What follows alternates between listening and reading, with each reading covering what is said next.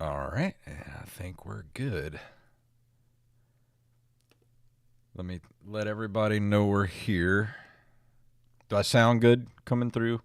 Yeah, no, you sound great. It's almost like you're in the room with me. It's how good you sound. Nice. All right, mute that. Oh, come on, Okay, got Facebook. gaming history. I can't believe we're at 373 I episodes. know. When do we hit 400? Let's see. Oh, I That's was gonna I was gonna pull that up, or I was gonna figure that up. Work was a bit yeah, bitch today. yeah. I thought you were going to be late to the show. Uh, yeah, me too.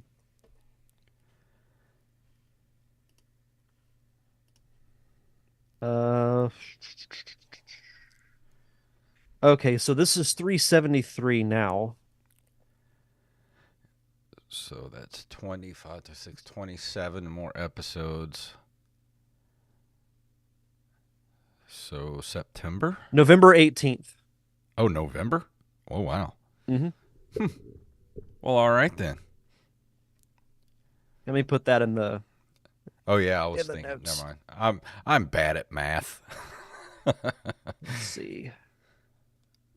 November. We'll have to do something special for 400 episodes. Yeah. Trying to think of what we could do. I don't know. But I got all my tabs open. and I am good to go if you are. Yeah. All right, here we go in three, two, one.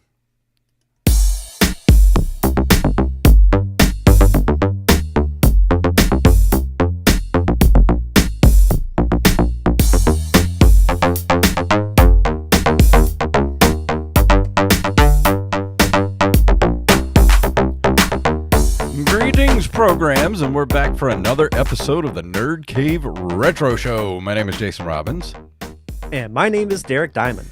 and it has been a Star Wars weekend for me. I finished. Let's see. I watched the Tales from the Jedi or Tales from the Empire. I watched the series ending, the last four episodes of Bad Batch, and I played a lot of Jedi Survivor. How about you? It was a Godzilla weekend for me. I actually watched all the new, well, minus the most recent one because it's not available for streaming yet. But I've watched all the recent Godzilla and Kong movies over the weekend. I don't know what sparked it. I was just trying to find something to have on the TV and was just like, I haven't watched Godzilla in a while, Yeah, so Godzilla's not bad. I that really want to watch that one, Godzilla minus one, but it's nowhere yeah, me too. streaming. I've heard it's incredible. Why is it not streaming anywhere? It's streaming in Japan. Well, it should be streaming here. I'm sure it will be sooner rather than later. Maybe there's But a complex way of seeing these things. Hint, hint. hmm, hmm, hmm. hmm. It's like Hmm. that emoji where you put your Yeah. hand on your chin, just like hmm. Yeah, I really enjoyed the last episodes of the Bad Batch. I'm sad that show's over. I really like that show a lot. Now that it's over, I can actually like watch it all the way through and not have to worry about waiting a week. Which have you been watching X-Men 97? Yes, I have. And this last episode is like, oh my gosh, why do I still don't want to spoil what happened a couple of weeks ago, but there's a certain cameo that happens that made me lose my mind, and I'm thinking there's no way they're gonna top this. Well, I was wrong. They certainly did, because that the ending of the most recent episode was just it was nothing short of jaw dropping. Yeah, and I have those comics as well. So I need to look online and see if those episodes have gone up in value in the last couple of days. There's a good chance that it has. And the artwork There's looks exactly like the comic book. That I ending know shot. I was like, that was ooh. yeah, it was just like it was a recreation Hmm. of a famous panel in one of the X-Men comic books. I'll say that. I would say quite possibly the most iconic panel from from the entire 50 plus years of the X-Men. That's probably one of the most, probably at least in the top 5 most iconic images from the X-Men comics. Oh, absolutely. I was thinking about this today, and let me ask you this. Do you think that X-Men 97 is the best thing that Marvel's put out since Endgame? Oh, absolutely. There's not even a question. There's more uh how do I put this? There's more drama and thought, and even little and there's more put into this cartoon than there was back in the original in the 90s, but there's something about this that is hitting all the right buttons for where the MCU needs to be right now. And my favorite line of this last episode was a throwback to the very first X-Men movie, where you do I do you Or were you want, expecting black leather? yeah, I was gonna say, do I want to spoil it? But if you remember the first X-Men movie, he's like, "What were you expecting? Blue spandex?" Well, in the cartoon, it was what? Do you expect black leather? And I was like, "Ooh, that was perfect." Yeah, that was great.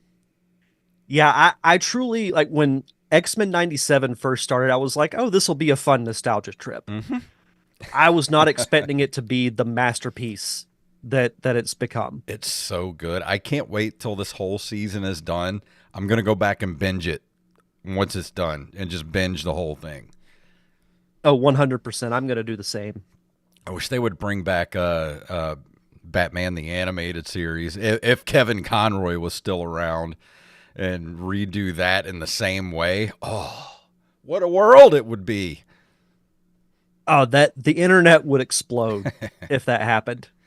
So with the success of X-Men 97, do you think Marvel's thinking about bringing back any of the other 90s properties for an animated treatment to bring back, like the old Spider-Man TV show? That's the that's the one I want Yeah. because much like X-Men in the 90s, Spider-Man also ended on a cliffhanger. So they could just pick it up, Hmm. you're right where it left off and call it Spider-Man 98. Yeah, and I agree with Rampage in the chat room. He said, "I love what they did with the old school costumes in the last episode of the X-Men." That was so great. Yeah, they went to they didn't have their costumes because the mansion's destroyed at this point, so they had to go to an alternate location where their older costume, even Wolverine, the brown on brown costume, was put on the original Cyclops costume. It was awesome. That episode's so good. It's just so good. It's so good. It's so good. But there's so many great things to watch right now. I mean, you mentioned Bad Batch. I still haven't watched Tales of the Empire yet. Or is it Tales of or from the Empire? I think it's Tales from the Empire, and it's okay. It's not great. It's not bad. It's just kind of, it feels like a lot of side mission stories that don't really have any resolution. Like some of the stories didn't really have like an ending. Like it just kind of feels like, well, these don't really, like, there should be more here. Like I was expecting more, and they just kind of Yeah, ended. yeah, same. Just from what I've seen of the previews, anyway. I assume it's like Tales of the Jedi, where you had like the backstory of Count Dooku, Qui-Gon, and Ahsoka. Yeah, I'm ready for Tales of the Jedi. That looks like that one's going to be a lot of fun. And in the chat room, Godzilla minus one with English subs will be available in just a little while. I love these complex ways of seeing things that the world just doesn't want us to have. No, they look at it through too much of a simple mindset, Yeah, it's like if you know what I mean. it's like Nintendo not wanting us to play their old games. And then you find great things like the Delta app. Yeah, and I'm still waiting. I'm still waiting to see when Nintendo drops the hammer. You know what's coming. but hopefully I would say that day's not today, but I could It could be. log on the app when the show's over and it won't Day's work not anymore. over yet, Derek. They're like, suck it, Derek. Yeah. But that's about all I did for the weekend. Anything else you want to throw out there before we go to the news? No, not really. Just had a nice Mother's Day dinner with Oh, yeah, my yeah. mom and my mother-in-law and some other family. Went to a really nice steakhouse and ate way too much food. That Oh, it was sounds so good. lovely. I cooked from my mom and dad some shrimp spaghetti yesterday, and it was awesome. I've never had shrimp spaghetti. It's great. You should have some shrimp spaghetti. It's awesome. So is it just like a grilled shrimp that you throw in, or how do you do it? Well, see, here's how we do it, Derek. You take your veggies, Okay. you take some onions and some green peppers, and you put it in the pan there with some olive oil, and you fry it up a little. Not fry it, but you cook it down. Then you throw in some garlic, fresh chopped garlic, and then you put in some peeled raw shrimp. Cook those down for a little bit. Then you throw in your sauce, and you let it cook down for about 30 minutes. And you cook your pasta, and then you just serve it over whatever kind of pasta you want, and it is lovely. I think the word of this podcast is hmm. Yeah, 'Cause that's what that makes me think of. Like that actually sounds really good. yeah. My dad was gonna cook it, but then when I got to my mom's house, they still hadn't even started it yet. She was like, "Why don't you cook it?" I was like, okay, so I did. Nice. No, I didn't make enough for the ghost rampage. Go, go do something with yourself. Apparently, I'm like the missing third member of Ready to Believe You, because all they do is talk about me every week and my ghost story. So I have to go on there and redeem myself. You live in rent free in their head, my Yeah, friend. exactly. Like they're thinking about me all the time. But I'm ready to jump into the news for this week. What do you say? Let's do it.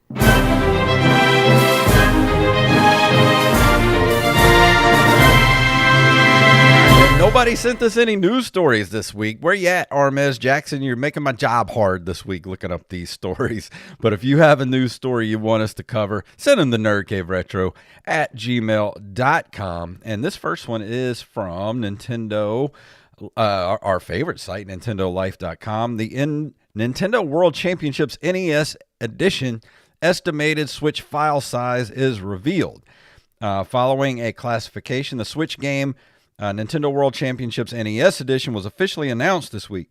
If you're planning to download the title or are just curious to know how big the file size of the classic speedrun compilation is, according to Nintendo's official listing, the estimated eShop file is 313 megabytes. Wow. You heard that right, folks. Remember the days when games were megabytes and not 300 gigs? It's gonna take so long to download. I know. Well, I'm going to need to go buy an extra hard drive to hook up to my Switch to download it. Just have to start it and then drive to Tallahassee and back, and it might be done by then. But that's crazy, though. Like, Yeah. 313 megabytes. I remember the days when these game companies would compress the file sizes to actually be manageable and not just be like, hey, we made a game that's like 800 gigs. Here you go. And don't forget the day one update. Yeah, the 300 gigabyte day one update. Don't forget about that. In all seriousness, that is really wild to see because we're so used to large file types now. Because you think of HD video, you think of the size of games like we just mentioned. Everything is large when it comes to file size. And then when you see something that's 313 megabytes, yeah, like 20 years ago, that would have been a lot. But now, that's nothing. Yeah, that Absolutely would fit on a nothing. floppy disk. Yeah, absolutely. I don't know about you, but I'm gonna get the physical edition of this. Yeah, like I the think I the am deluxe too. set looks really cool. It's got a lot of cool stuff with it. Mm-hmm. So that's gonna be a definite purchase. And I mean, July 18th, it's really only 2 months away because yeah, we're We're broadcasting on May 13th, so just over 2 months away. That, and it comes with that cool Repro NES cartridge with it. Mm-hmm. That'd be awesome to have. Oh, 100%. Our next story, also from NintendoLife.com, Nintendo discontinuing X integration on the Switch next month. Let's see. The original report was this was put out this past Thursday. Nintendo has announced it's discontinuing support for the social media platform X, of course, formerly known as Twitter. This will come into effect on the 10th of June, and as of this date, Switch users will no longer be able to post screenshots and videos to X from the system's album. This also includes the end of sending friend requests to social media users. Will impact multiple Switch games, including Smash Bros. Ultimate, Splatoon 2, and 3. But there was an update that X put out on Saturday. X, formerly Twitter, has issued a response to this news via its X Gaming account. The gaming community is one of the largest and most vibrant communities on our platform, and we are dedicated to enhancing and supporting gaming-related features. As part of Nintendo's planned discontinuation of sharing content to X from the Switch, users will need to download Switch gameplay media directly to their smartphones and share it natively on our platform. We work together with Nintendo throughout this process to ensure API access for this integration, but ultimately it was a product decision made by Nintendo. Our partnership with Nintendo remains strong, and we are working together to ensure a smooth transition for all users. We will continue collaborating with partners to bring new and exciting experiences to our global gaming community. My thing is this, so I don't use this feature. Yeah, Like I rarely even take photos of my Switch games. I did when I first got my Switch. I used it for maybe the first year to do some to upload, screenshots and things from the original Breath of the Wild. But it also says here that Sony and Microsoft already removed integration with X last year because X is charging companies upwards of $40,000 or more per month to access its API. Yeah, that's not cheap. No. And I mean, who really uses it anyway? I haven't really seen anybody upload anything from the Nintendo Switch in a while. So it's probably just not economically feasible for Nintendo to keep paying, $40,000 a month for a small portion of people who still use, because it was still Twitter when I put it on my Switch. I don't even know if it's still on my Switch. I may have deleted it already, but this doesn't affect me at all. But I'm sure there's somebody out there who still likes to post screenshots and stuff. So I guess it's not changing that much, but I guess X might have went to Nintendo and says, please, we're losing everything. We're losing advertisers. Don't you leave too. So we'll cut you a deal. We'll let you use our API for free. So that's probably how they kind of saved this relationship. Yeah, and I'm with you. Like, this doesn't affect me. I don't really know anybody that uses it currently. And Mushmouth in the chat room says, I used to post Super Mario Odyssey screen grabs on my old Twitter. I mean, same with me. I think I posted a couple of screenshots from Mario Odyssey, definitely from Breath of the Wild, but then, I just kind of forgot about it. It's kind of, I don't know, just like after a while, it's kind of like, who cares? Why am I posting this stuff? Yeah, that's pretty much where I'm at. This next one is from apnnews.com. Nintendo to announce Switch successor in this fiscal year as profits rise. Japanese video game maker Nintendo said Tuesday that it will make an announcement about a successor to its Switch home console sometime before March 2025. Nintendo gave no details about the announcement, including about whether it will launch that successor product during this fiscal year or just announce its plans for it. And quote, we will make an announcement about the successor to the Nintendo Switch within the fiscal year. It will have been over 9 years since we announced the existence of Nintendo Switch back in March 2015, Shuntaro Furukawa said in a statement. Kyoto-based Nintendo reported a 13% rise in profit for the fiscal year that ended in March, boosted by solid demand for Switch software like The Legend of Zelda Tears of the Kingdom. And their net profit for the fiscal year through March 2024 totaled 490.6 billion yen, which sounds like a lot, but it's 3 billion US dollars, but still $3 billion just on a 9-year, on 2017 was what? Yes, 4, 5. So basically 7 years, and they're still clearing $3 billion a year in profits. That's insane. Mm-hmm.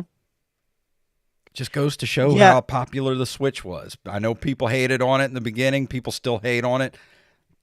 Apparently, people out there like it. I'm one of them. I'm sorry. Some of you out there who know who you are, you Switch haters. But are you a little surprised that they're saying that it's going to be within the fiscal year, meaning up until March of 2025? Are you surprised that it's taking that long for the announcement? It's Nintendo. They're on their own schedule. They don't care about release dates and stuff. Like, if they could, they would keep the Switch going for another 10 years if they could, but they know they can't. So they're just going to do it in their own time. And when they do, it'll do one of two things. It'll either be one of the greatest consoles ever, and it'll sell, 400 million units, or it's going to be kind of a Wii U situation where it'll be a piece of crap and nobody's going to want it. There's no in between. So yeah, I was about to say no in between.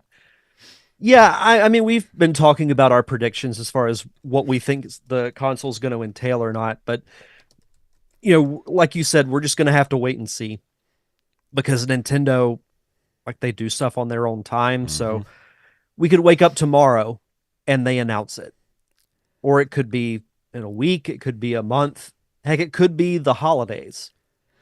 I personally think it would be before that, but we'll see. It says here Nintendo has sold more than 141 million Switch machines, 15.7 million during the fiscal year that just ended.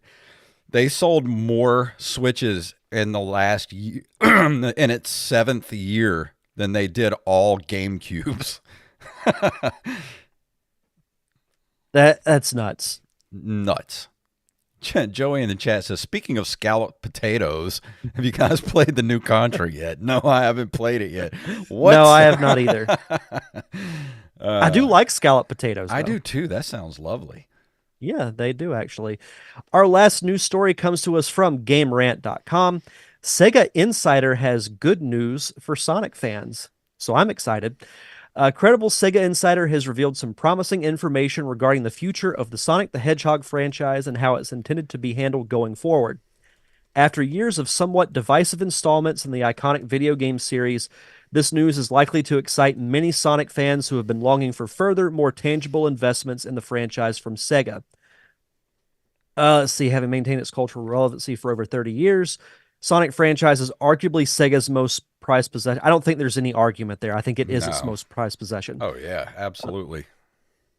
Let's see, it talks about the movies, the commercial hit that was Sonic Frontiers. In spite of that, though, Sonic has yet to reach the near universal acclaim that the series once had during the 90s. Since the late 2000s, many titles in the franchise have been met with mixed to positive reception at best and widespread negative reviews at worst. Sega has established a new internal team named Sonic Pillar that is dedicated to being directly involved with the development of future Sonic titles. The team in question is reportedly formed of Sega staff from all major regions around the world and is focused on ensuring the quality of upcoming Sonic projects. Let's see. In addition, they claim that Sonic Pillar sometimes supports playtests at Sega and other groups, alongside hosting meetings on current Sonic IP projects and reviewing short, medium, and long-term IP plans. And I was actually thinking the other day, if they really want Sonic to be another huge franchise, you know what they need to do? This is the gameplay type they need to do, where it's, modernized, but still that same sort of same aesthetic of the original games, but where the levels are so insane that it's like, have you ever played Super Meat Boy, where you go through Hmm. the level and you just die, but instantly start back at the beginning, to where there's no dying and then having to like go back to the beginning. It's like you die, you start over. You die, you get a little further, you start over, and that type of gameplay where that memorization of going through these crazy levels. I think there's something to that. That's not a bad idea. I don't hate that at all. And if you add in, the breakneck speed of the classic Sonic games, and you add in that formula, Hmm. I think that could work. Yeah, you don't have to have an overarching story for the game. I mean, you could, but just have it where each level you get through, it just gets crazier and crazier.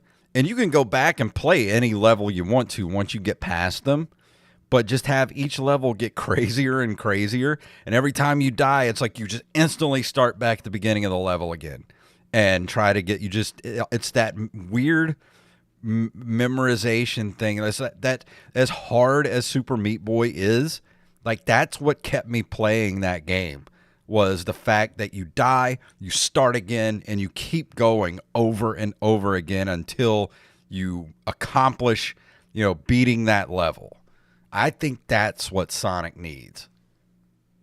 Because they tried the new Super Mario Brothers approach with Sonic Superstars, and to be perfectly honest, it was okay, but it didn't really have that same feel as the classic games.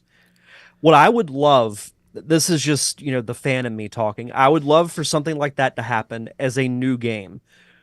But what I would also love is for the adventure games to get legit high definition modern remakes, Yeah. because both the games have great stories. It's just, especially with Sonic Adventure 1, at the time it was made, the gameplay kind of sucks. Yeah. Mushmouth in the chat says apparently they considered a hand drawn art style for the most recent release, but decided against it. I think if you were to do that kind of open world Sonic thing, what if they were to do that type of open world Sonic game, but give it that weird, almost that cell shaded, almost hand drawn look that the last Ninja Turtles movie had, Mutant Mayhem? I would love to see more games in that kind of art style. I'd be totally okay with that.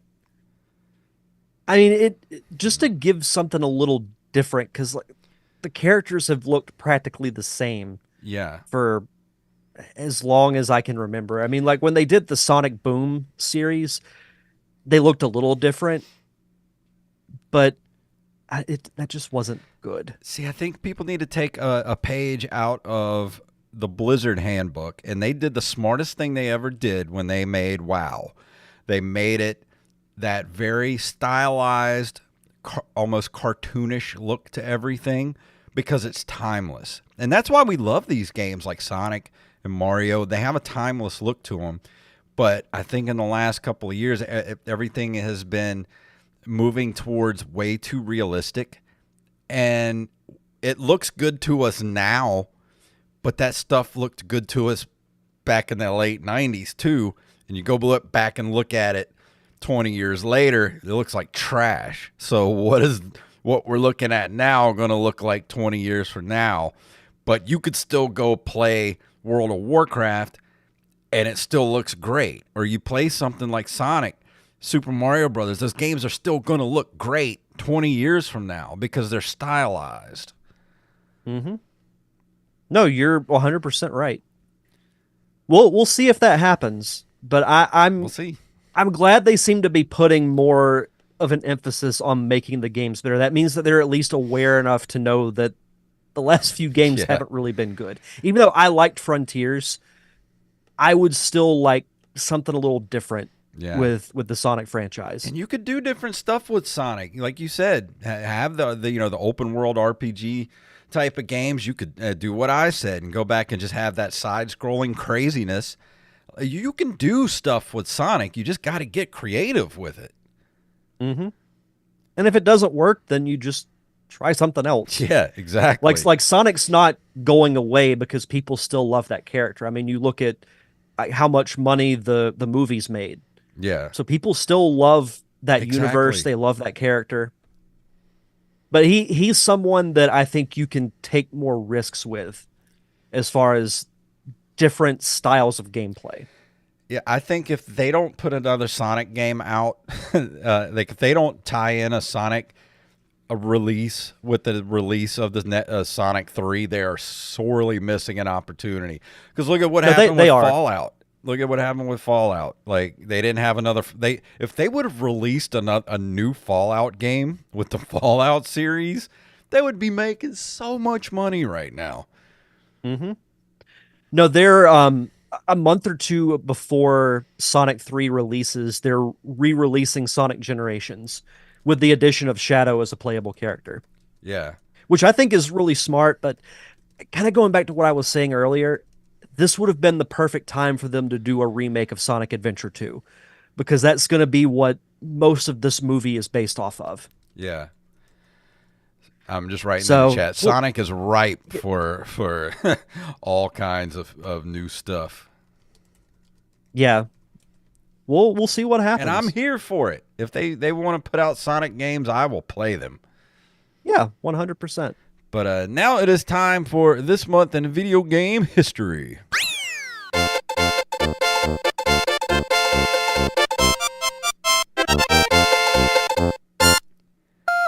On May 6th of 1991, Sierra Online releases the Sierra Network, which is also credited as the first graphical MMORPG due to its inclusion of the Shadow of East Cerberus. TSN would later become its more memorable name, Imagination Network, after a total buyout from AT&T in 1994. Just makes me think of that SpongeBob episode. Use your Yeah. imagination. Uh, yeah. I mean, we've talked about the Sierra Network numerous times. I don't. I'm Mhm. not that familiar with their work, but I know of them just because of what we've talked about. And I agree with Joey. World of Sonic Craft. I'd totally play that. Hey kids, let's sing the Imagination song. Imagination. Nation. In May of 1995, Enix releases King Arthur and the Knights of Justice for the SNES. I remember I us talking about this. We were supposed to do a dual review, and I was looking at this in my Super Nintendo library the other day, and I meant to text you and say we need to do this. I mean, this could be our next dual review. I'm totally okay with that because I'm for it. no lie, I downloaded this for the Delta app the other day. Oh yeah. So yeah, so I'm looking forward to it. I mean, it looks like a game that would be right up my alley. So Yeah. 100% for it. May 15th, 2003, Shiny Entertainment releases Enter the Matrix for the PS2, Xbox, GameCube, and Windows. And I picked up a copy of this a couple of months back, but I haven't played it yet for the PS2. It's practically a brand new copy of the game. It's got everything Oh, still wow. in it. So I'm going to play this here soon. And since it's 2003, I think it qualifies. Oh, it does. No, it's as of Wednesday, it's 21 years old. So I think it falls into that. I might do that. I remember I remember they filmed like live Mhm. action portions, Yep. like live action cutscenes for this game. Because this was around the time that the Matrix Reloaded came out. Mhm. Because you know the first Matrix was so popular, Yeah. and the sequels got so much hype that Mhm. they released, you know, the Animatrix, which was great, the Enter the Matrix, which was fun. So there was so many great tie-ins to those sequels. And I played this for my original Xbox and remember loving it. And, Oh, yeah. the box just looks so cool because it's got that kind of holographic. You turn it and you can see the code coming down. It's really cool. The Matrix is truly one of the best stories that I've ever seen in a movie. Oh yeah, that first movie is still a perfect, it's a perfect science fiction movie, but if not a perfect movie. It's not just one of the best sci-fi movies, it's one of the best movies because you look at all the slow motion Hmm. action scenes that we see in movies now that started in the Matrix If I'm not with the bullet mistaken, time. I think that was the very first DVD I ever bought because I remember walking into Walmart and they had a big screen, flat screen TV that was like a 55-inch TV. And 55-inch TV may not seem like much nowadays, but back in like 2000, that was insane. Like that was like, holy crap, this is like a movie screen. And they were playing The Matrix on the TV in the Walmart, that flat screen TV, and I instantly bought a DVD player and that DVD. I had never seen the movie before. I didn't see it in the theater, but I bought that DVD with a DVD player. Yeah, I didn't see The Matrix in theaters either. I saw both the sequels. Well, I saw Resurrections on HBO Max because that was when they were doing the day and date Mm-hmm. releases because that was still during COVID. But yeah, it's truly one of the best movies ever made, Oh, without a absolutely. shadow of a doubt, and one of the few like spin-off games that's actually quite good. Yeah, and why don't we do a commentary track for it? We're not going to say much because I'll just be watching the movie. And yeah, you're Hey, but hey, probably right. we can challenge ourselves to actually commentate on it. Either we could do that or we could do a round table discussing the movie. We might actually get more out of that instead of us just sitting there watching the movie for 10 minutes like, oh, we're supposed to be talking. You know, that would make a. How have I not done a roundtable for those movies on my show? I don't know. Man, I feel like an idiot now. I failed as a podcaster. I'm sorry, everybody. Is it my? And last but Oh, not great. least, May 26th of 2003, WarioWare Inc. Mega Micro Games is released for the Game Boy Advance in North America. This is another one that it falls under the retro rule. So, Hmm. and it's on the Switch online shop. So I might review this at some point. These games are so immensely fun. If you want the ultimate time killer, get yourself a copy of WarioWare Inc. If you still got a Game Boy Advance, I highly recommend it.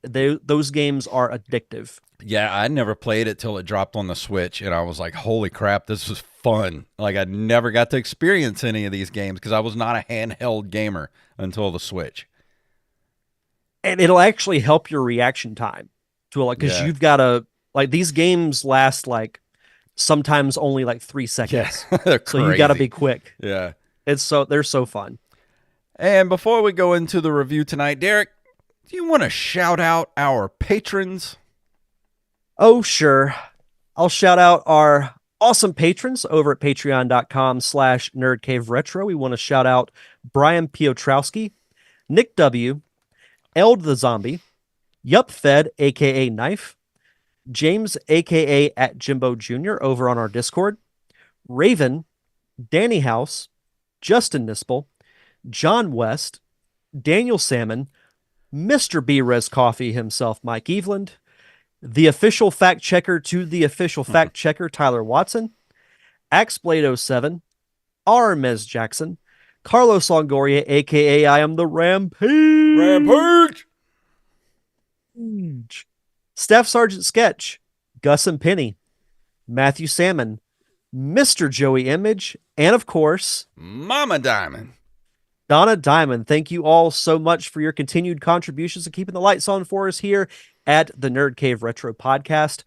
For as little as $1 a month, I meant to get a dollar bill out of my wallet so I could display it as my shtick for this week, but of course it's in the other room, so I can't do that. But for as little as $1 a month, you get your own RSS feed with 0 ads. If you just want to hear us talk uninterrupted for however long the episode is, you can do that for as little as $1 a month. And you also get early access to our bonus episode that we put out each month, which includes, for the most part, we do commentary tracks for animated shows like DuckTales, Chippendale Rescue Rangers, Real Ghostbusters, movies like Clue, Christmas Vacation, Batman 89, Transformers the movie.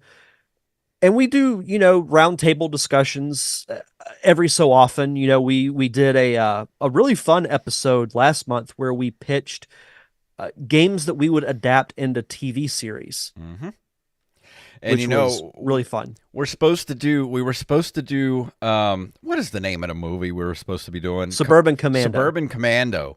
We were supposed to be doing a commentary track for Suburban Commando, but we kind of called an audible for this month because we feel like Thunder in Paradise is going to be the funnier of the two to do a commentary track for. So we're going to do the first episode of Thunder in Paradise, starring the man himself, Hulk Hogan. And this is going to be so awful. It's going to be so bad. Not like the Power Glove. It's actually going to be bad. No, and I'll be honest, I have not watched a second. Well, I won't say I haven't watched the second because I've seen glimpses of it in like documentaries about Hogan. But I've never watched a full episode of Thunder in Paradise before, and I'm not going to until we do the commentary track. I'm going in cold. Going in cold. I might have to break out a bandana and draw a Fu Manchu. Oh, I for still the have episode. my Hulkamania. I'll wear my Hulkamania shirt and my headband for it. It's gonna be great. I can't wait. But yeah, if you want to be a part of our awesome Patreon community, just head over to patreon.com/nerdcaveretro. And for new patrons, send us your social media info, whether it's Twitter, Facebook, or Instagram, so we can give you a proper shout out. And tonight we're going to be talking about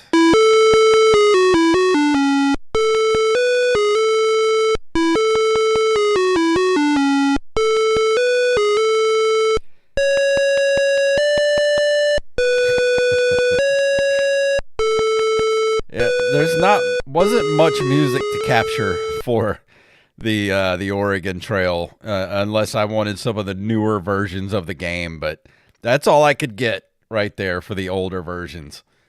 Regardless, it's still the sound of impending death. Yeah, you're gonna get dysentery, you're gonna get cholera, you're gonna die of something. Oh, Joey says I need to hear a metal version of this theme song. Yeah, there's got to be one on YouTube. I think that's all there is. That you hear that at the end of the game, and that's it. Yeah. But anyway, the Oregon Trail is what we're talking about tonight, everybody. It's an educational strategy video game developed and published by the Minnesota Educational Computing Consortium. It was first released in 1985 for the Apple II, which is wrong, with later ports to DOS in 1990, Mac OS in 91, and Microsoft Windows in 93. So here we go. I'm glad that, I'm just kind of reading this off the wiki here for the Oregon Trail, but I watched the Gaming Historian documentary on the Oregon Trail because miraculously it popped back up into my feed because I forgot about it when it dropped last month, and then last week it popped back up in my feed, and I watched it, and it's so good. But it's about an hour and 15 minutes, and it deep dives. He does a deep dive, talk to all the people that did the original, that came up with the game originally, the three guys that programmed it back in 1971. And they were only in their early 20s. They have not made a single dime off of this game, but they never asked for a dime because what happened was they were teachers and they were trying to do a fun way to learn history, and it had a side effect of also teaching math skills. And so they did this as, a teaching aid for the early computers that they had at these school systems. Well, eventually it got picked up by the Minnesota Educational Computing Consortium because they needed educational video games to sell to the schools because they were selling Apple II computers as well to the school districts in Minnesota. So they were looking for educational games, and they had put up the original code in a gaming, I guess, sort of coding magazine, so that other teachers could use it to make a code for the game and have their students use it. And when they did that, when it was published in that magazine, it became public domain. So they never made a dime off of Oregon Trail. Which is a shame because it's one of the most iconic computer games ever made. Yeah. So we're And going to you know, talk it is about the actual game. So if you want to get right. into the minutia, the deep dive, go watch the Gaming Historian YouTube video. Yeah, and I meant to watch it earlier today, but as I mentioned earlier, work just got so crazy for me that I didn't get a chance to watch it. But I have very, very fond memories of this game, and it's kind of on the flip side of when we were talking about Indiana Jones and his desktop adventures a Hmm. couple of weeks ago. You would think that is an educational game, but it's really not. Yeah. This is an I, educational game. but I know I don't think of it as an educational Yeah. game. I just remember playing it in school, which I mean, obviously it would have been an educational game because of that. But I didn't really think about it as a way to learn like math skills or learn about, you know, geography or locations or anything like that. I always associated it with, well, we did a good job in class, so Yeah. here's a game you can play for a little while until the next class. But yeah, as I was going through it and playing it, it really was clicking with me. It only took 30 something years for that to happen, but Yeah. it's even, at the beginning when you're having to buy all your supplies, you only have a certain amount of money. And then you're Yeah. thinking, okay, well, do I just spend it all now? I wouldn't advise that Yeah. if you're looking I to learned play that the the Oregon hard Trail. way. Yep. Don't spend all your Yep. money up front. Yep. Save some of it. And you get to learn, about different locations on your journey, Yeah. And which I that's think the is really cool. sneakiest thing about this damn game is it teaches you while you're having fun. Like, damn you, educators. Yeah. So in that sense, I think it was quite successful. And it was interesting because did you ever watch the movie Ratatouille? Yeah, yeah. Okay, so do you remember at the end whenever the food critic takes a bite out of the ratatouille and he's like transported back to when he was a kid Yeah. and his mom makes him the ratatouille? Yeah. That's kind of what this was like for me. Like I could picture the old like tan computer Hmm. at this tiny desk that I would sit at in like the second or third grade playing this game. And It was so weird. the site that we played this on was let's see, it's Playclassic.games. playclassic.games, and which they had several different versions on here. Which version did you play? I played the 1990 version because that was the earliest version that they had. They didn't have Yep. the Apple II version on there. That's which the was, version I played as well. which was kind of disappointing because I really wanted to go back and relive those, fourth grade memories, the third and fourth grade memories of playing the green screen, the pea soup Yep. colored screen, but they didn't have it. So this was as close as I could get to it. But even still, like it just brought back memories of being a kid and the computer classes at school. I still remember just the way those rooms looked. Like you walked in and it was just the walls were lined with Apple II, like you said, that tan computer with the brown keys and the pea soup green screens and just the sound they made, just that brought me back to a moment in my life it's like a core memory for me, those classes. Yeah, 100%. Like I can remember the tan walls Yeah. that were around the classroom that had the giant chalkboard in the corner.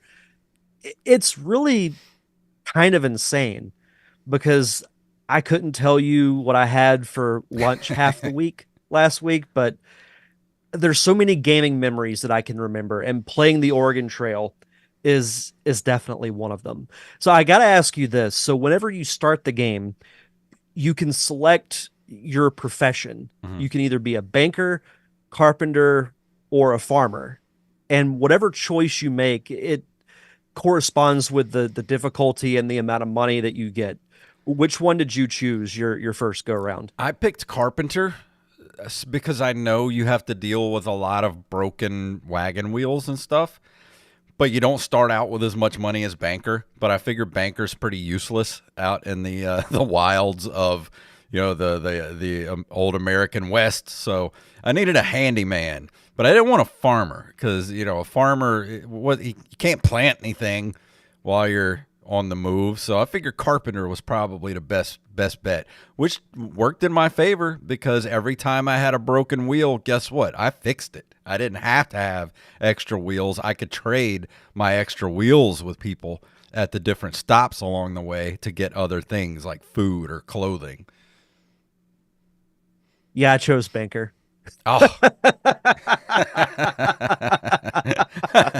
Well, as soon as you said banker was useless, I'm like, I can't wait to just try that little time in there. How did you fare on the way? I almost made it to the end. I made it to the third river, I think is what it was.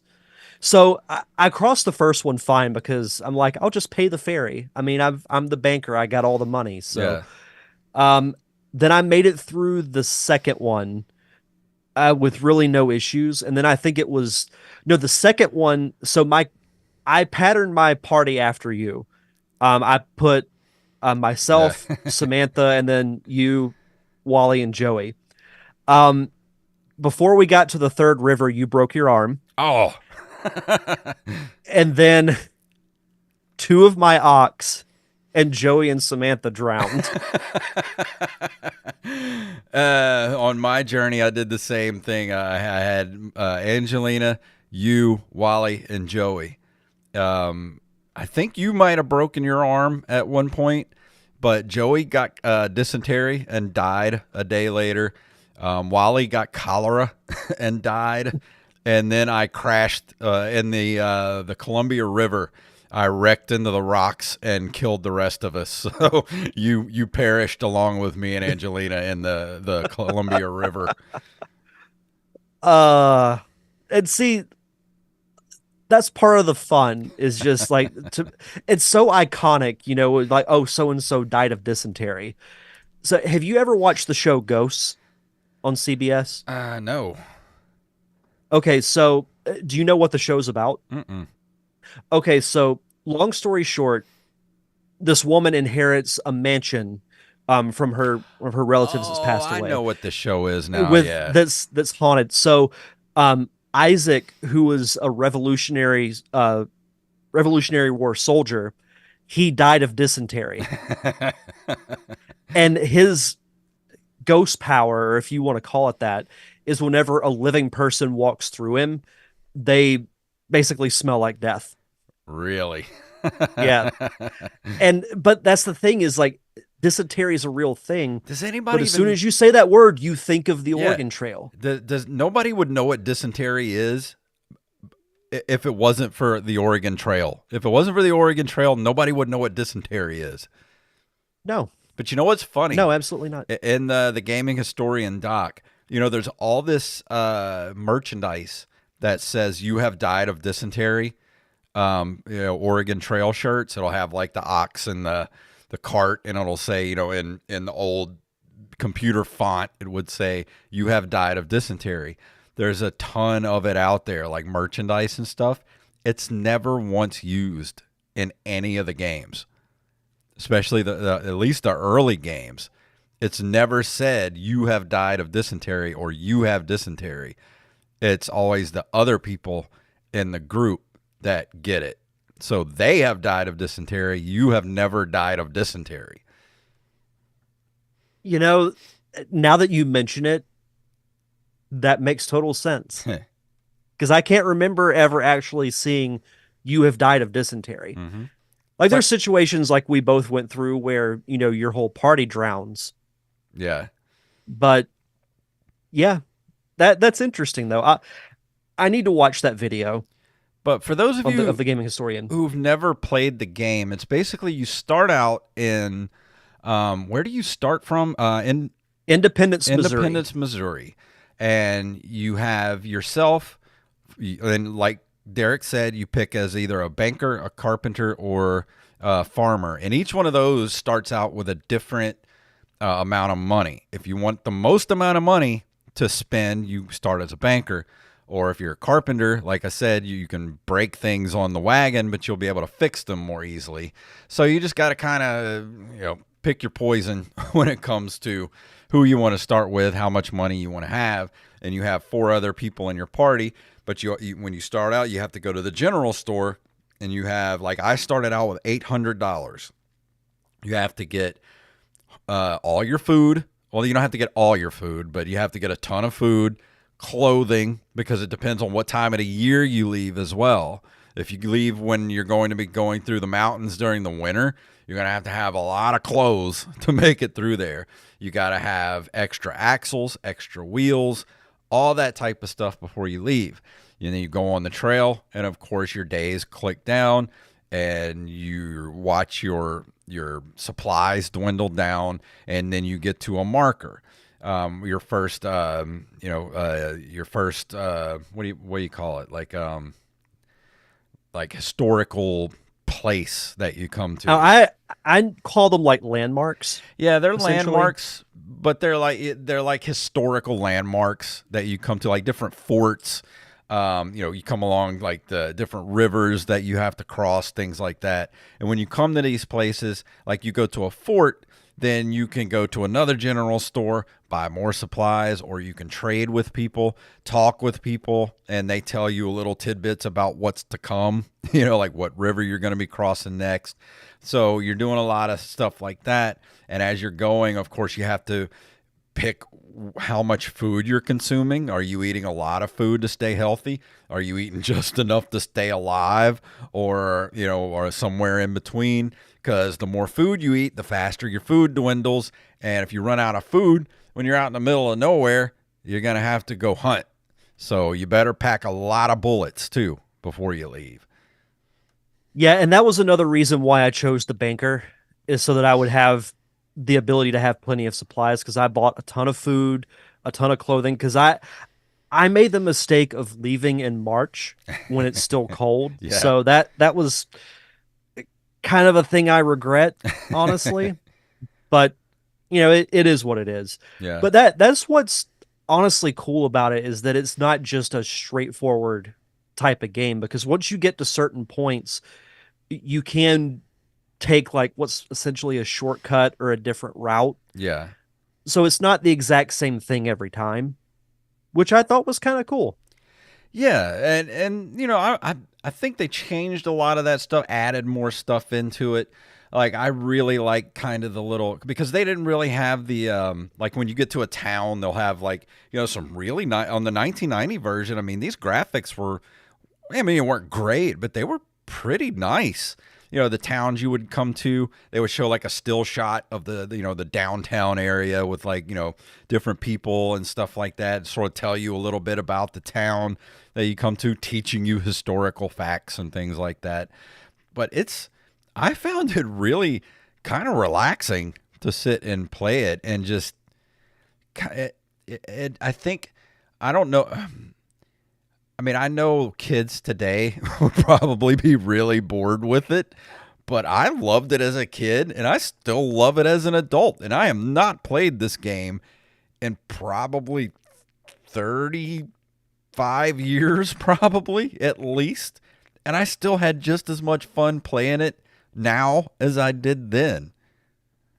Yeah, no, I thought the game was great. Like I said, I played the same version. It's been between 25 to 30 years for me. I know there have been more recent updates, or like more modern versions of it, I guess you'd say, but I've never played any of them. And it for no real reason, that I just didn't.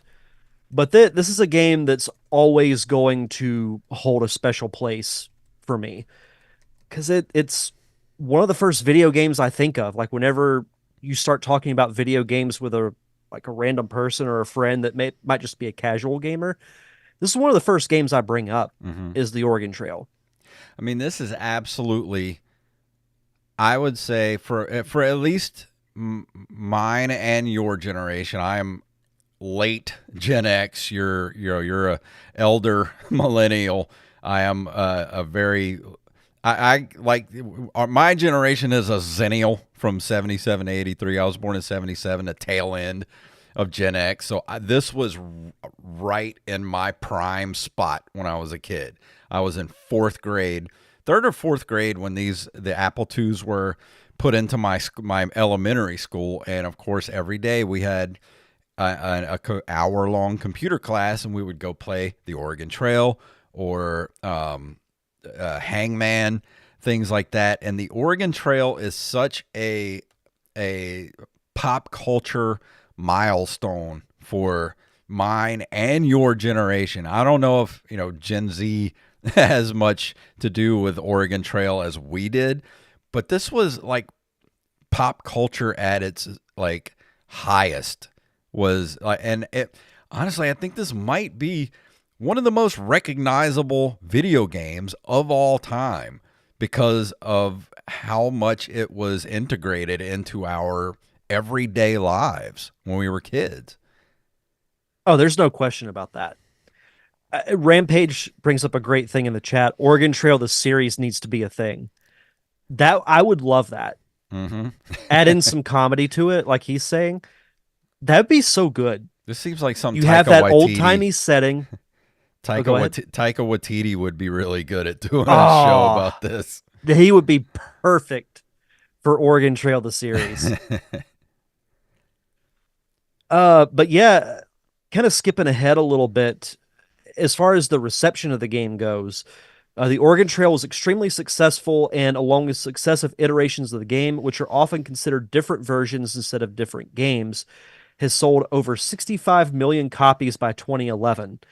In 1994, when Mech became a publicly traded company, the game was still the company's flagship product, with its sales comprising a third of its US 30 million in annual revenue. Jeez.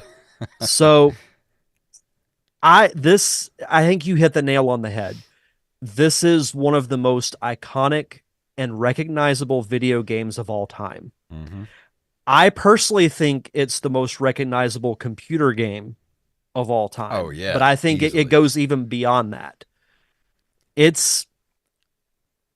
Would I say it's as iconic as, say, like a Mario? No.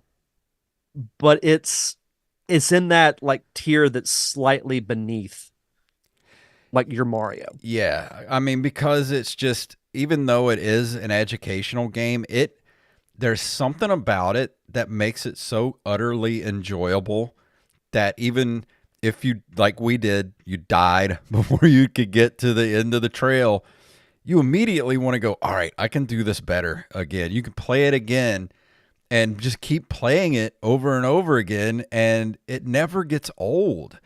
I don't know what they did, what kind of witchcraft went into this game, but it was a gumbo of different ideas that just gelled into the perfect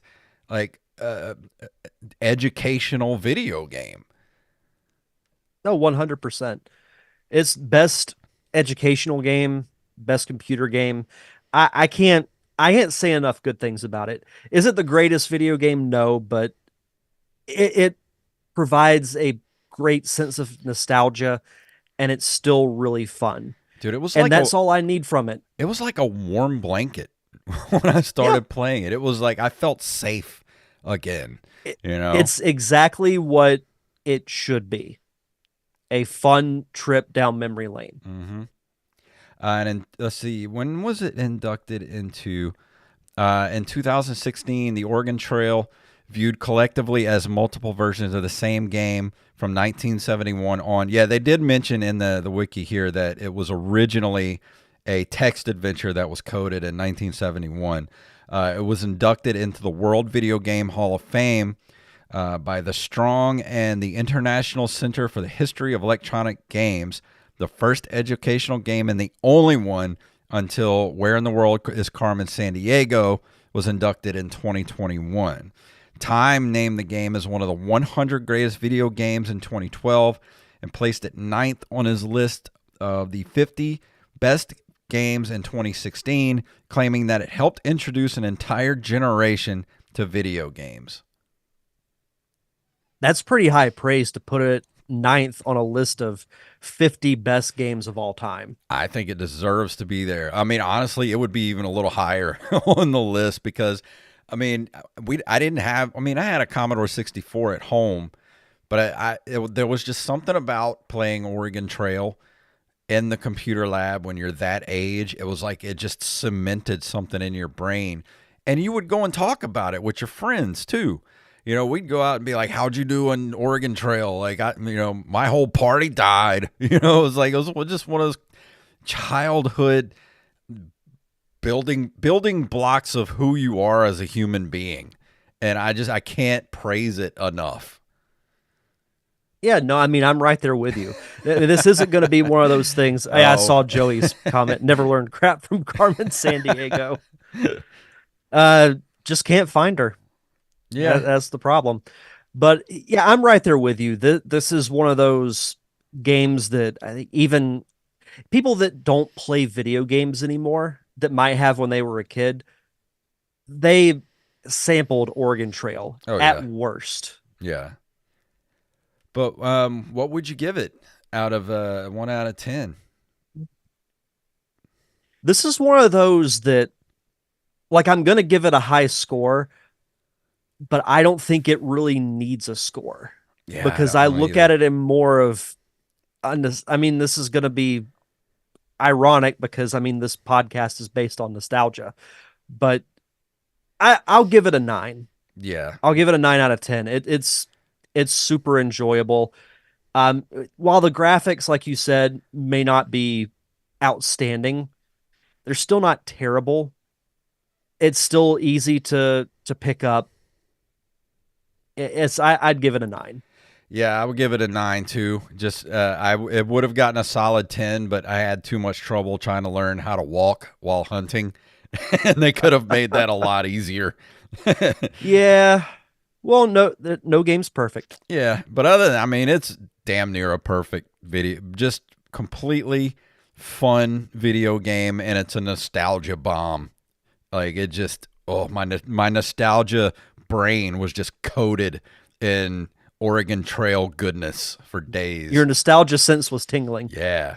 But like I said, go to playclassic.games, and you can play several different versions of it there right in your browser. And also go watch the Gaming Historian documentary that he put up. It's only about a month old, but it's about an hour and 15 minutes. It is wonderful, and it's a deep dive into the making of the Oregon Trail. So, and the Gaming Historian always does great documentary. So go check it out. And I think it's going to be one of his last. That it might even be the last video he's doing, because he put up a post the other day and is saying that he's going to be stepping away from being the Gaming Historian because he wants to do other things, which I don't blame him. Doing an hour and a half or hour and 15-minute documentary that is just as good as a Ken Burns documentary, and doing it by yourself has got to take it out of you. Oh, 100%. I mean, he's done some incredible work, throughout his tenure. So if it's his last one, I think that's a great one to go out on. Oh, absolutely. But that's going to bring us to the end, I think. I'm kind of sad now because I've just been thinking about Oregon Trail all week and just reliving memories of when I was a kid, man. Yeah, this was one of the best episodes I think we've done in a long time. Yeah, this is really good. Really fun. Yeah. And for next week, I don't remember what I'm going to be. Is next week my review? I forgot. Next one should be mine. Oh, that's right. Yeah. I did Mad Max. Yep, I'm going to be reviewing a Paper Mario: The Thousand-Year Door for the GameCube. And then I can't wait to talk about it. And the week after, we'll probably be doing our top 5 list for the month. So we'll have to figure out what top 5 we're going to do for this month. Yeah, I'll be thinking. I know there's a lot of good ones, but none are coming to mind right now. But that's going to bring us to the end of this. What's some? I was trying to think of a good Oregon Trail pun use for the episode, but I can't think of any. This dysentery-filled episode of the Nerd Cave Retro Show. And Derek, what's going on with the Derek Diamond experience? I know you had a really good one just drop.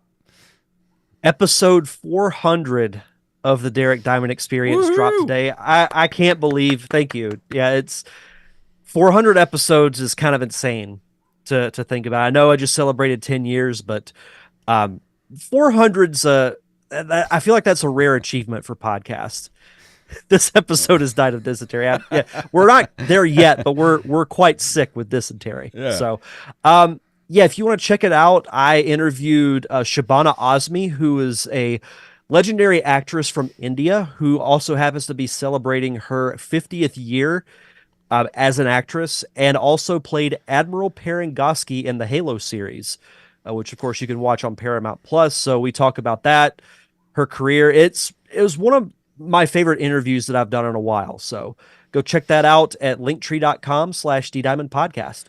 Go check out the Open Micers podcast at Open Micers on Twitter and Instagram, openmicers.com. Last week, our episode Shrimp Fest is a hostful episode with me and Mr. Jacob Craig, where we talk about we need to start a rap beef with somebody because rap beefs are all the things these days. And I talk about getting hit in the eye. I hit myself in the eye with a broken drumstick, and Jacob developed a shrimp allergy. So what does he do? Eats all the shrimp.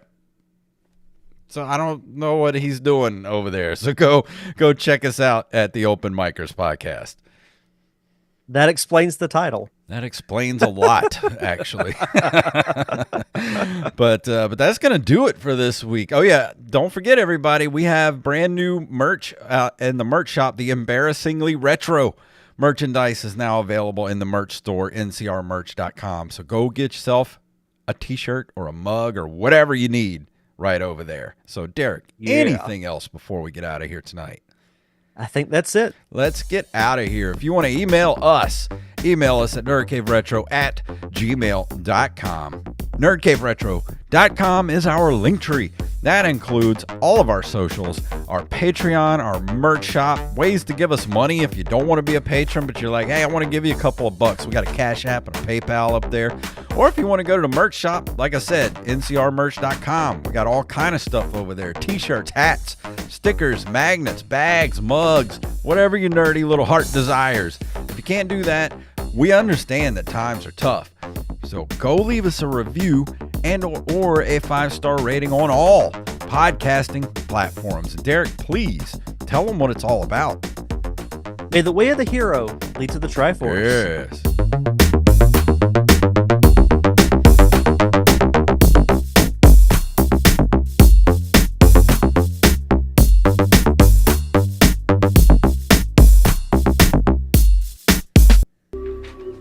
I love the Power Glove.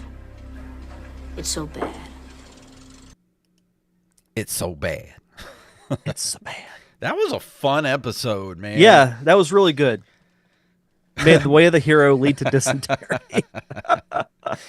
Yeah, I had a lot of fun playing that, but I want to Yeah, I go play did some too. of the later versions of it too and see what Yeah, those are same. like. They have Doom on here. This is a really cool site, this playclassic.games. There's all It's kind got of some good stuff here. on there.